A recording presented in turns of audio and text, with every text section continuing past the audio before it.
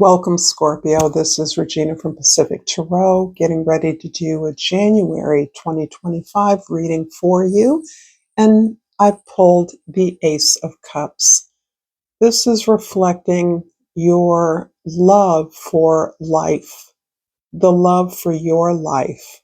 This is incredibly powerful beacon, almost like a magnet. You recognize all the love that surrounds you, including the love of a phenomenal gift or talent that you are exercising in this life.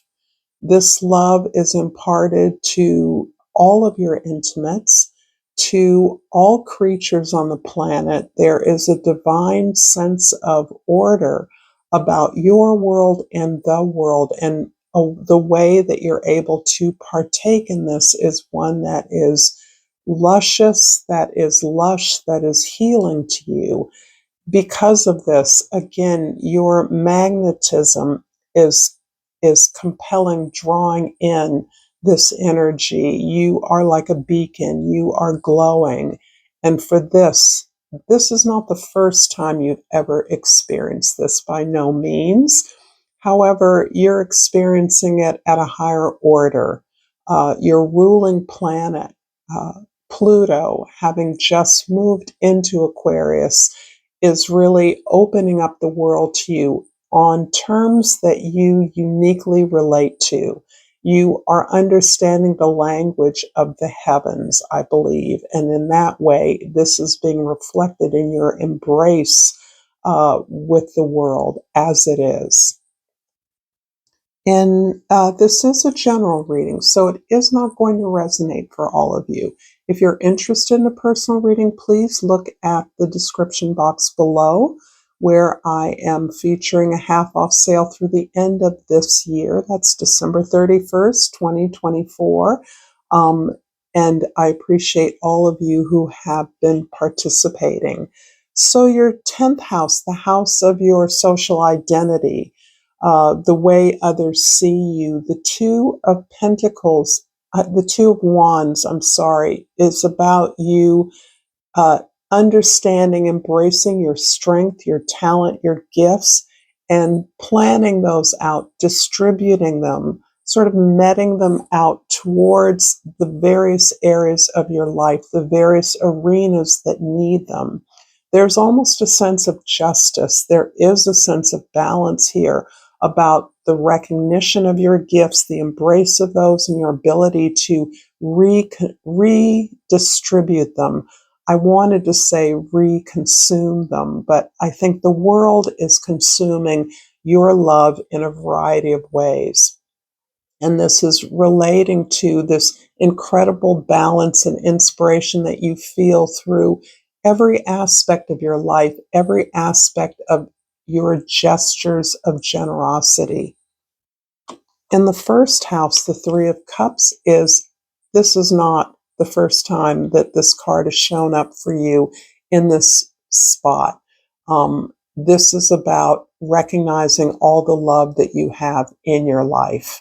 This is in the form of discrete relationships, those intimates who see you. This is not about being in cozy proximity with those people that support you best. It is about being connected to them. It could be over great distance. It can be through time. But there is a community that allows you to be your most vulnerable, most receptive, most contemplative aspect of who you are and of learning from your experiences. This is the vulnerability that exists when you're going through difficult things and also when you're learning from those difficult things. These are the people who allow you to sound out your experiences, talk through difficulties, recognize what you have as opposed to what you feel you've lost. And this resource is freely shared among you. And this is something you celebrate. So I'm actually feeling a literal celebration for many of you.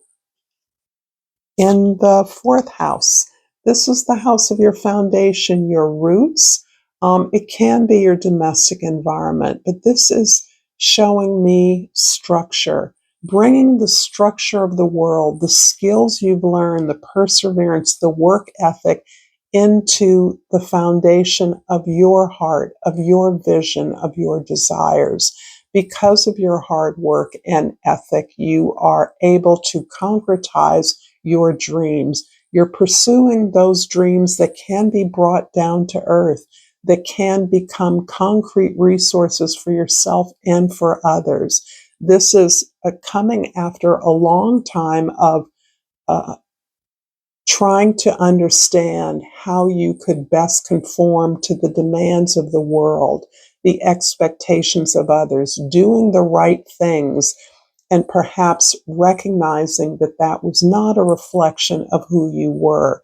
Instead, you've created your own way through. You've built your own house of abundance through the skills that you've learned by persevering and overcoming challenges. So, this is really about being fulfilling your own expectations with passion. Remember, the devil is about passion. That's why it's temptation, because this is passion. We need passion to, that's the basis of our power in the world, but it's the correct use of that passion that you are mastering or mistressing. In the seventh house, the house of your significant others, the Seven of Swords here. Oh, I'm sorry. This is the Eight of Swords.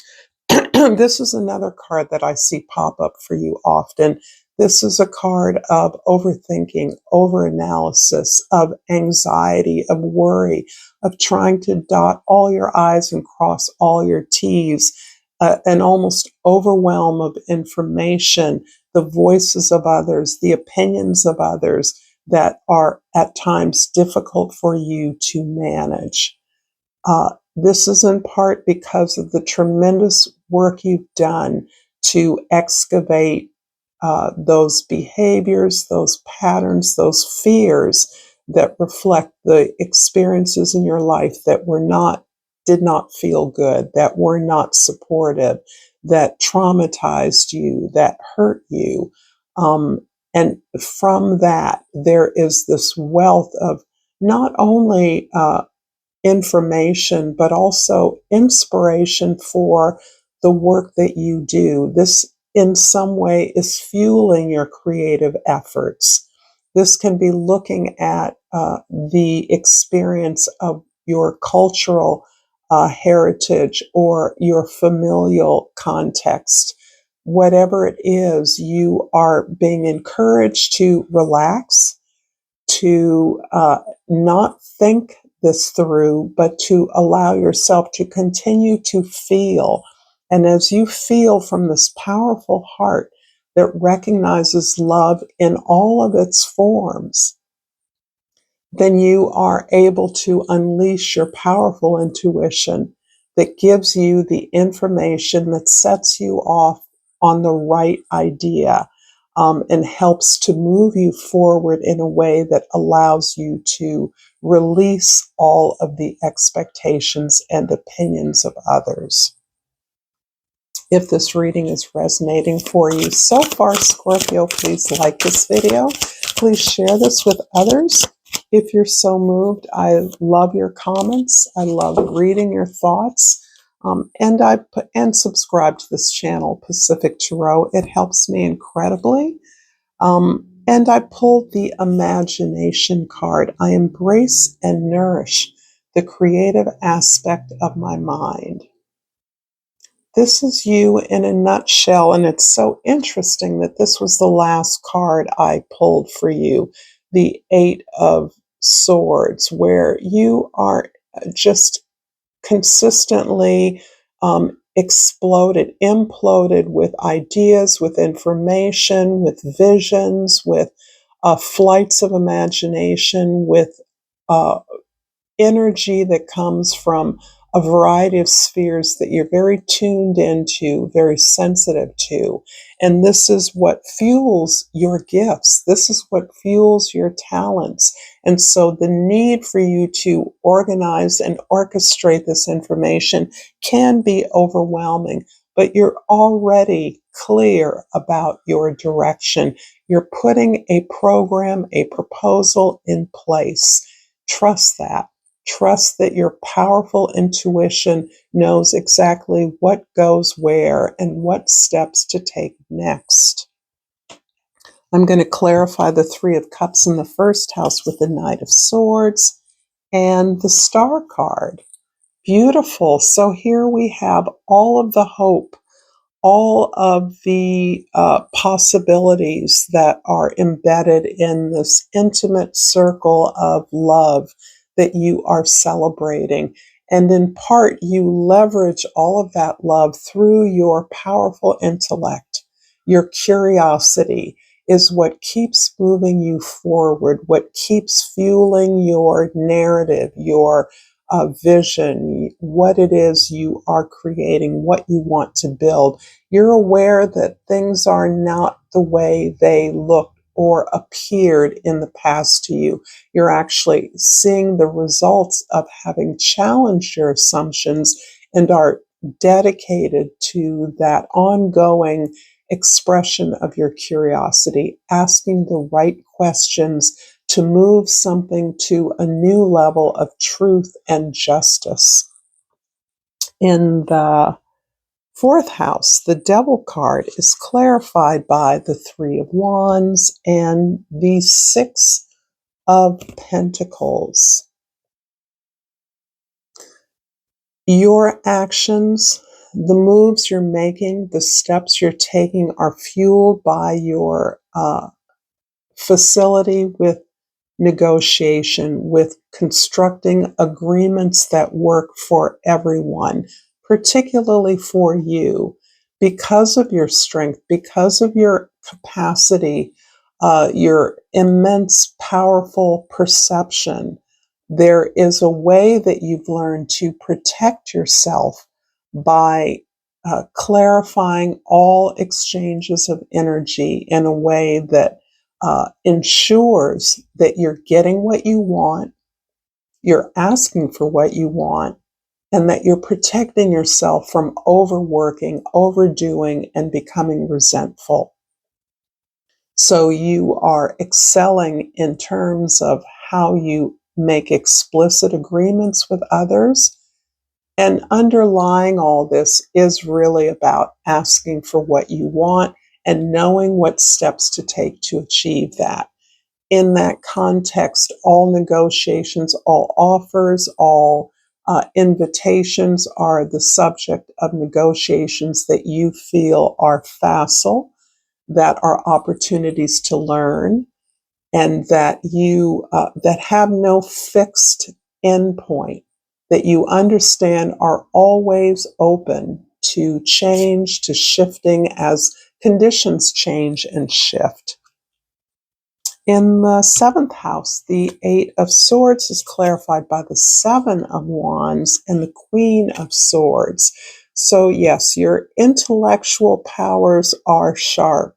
Your perception is sharp, and you are facilitating not only your own challenge to the ideas you've had about the way things are supposed to be, but you're helping others. And I do believe it is in the service of crafting these agreements, these contracts that are serving you best.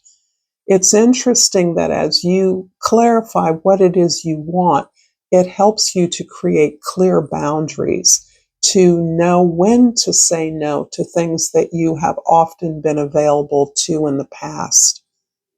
But you're very clear that your energy is finite and must be focused, and that focus goes towards helping your team, your partners, to clarify the most equitable and productive agreements possible. And that's done through in the terms of collaboration, not in terms of leveraging power, but in terms of sharing power, sharing resources, sharing ideas, and negotiating how that can be profitable for all involved.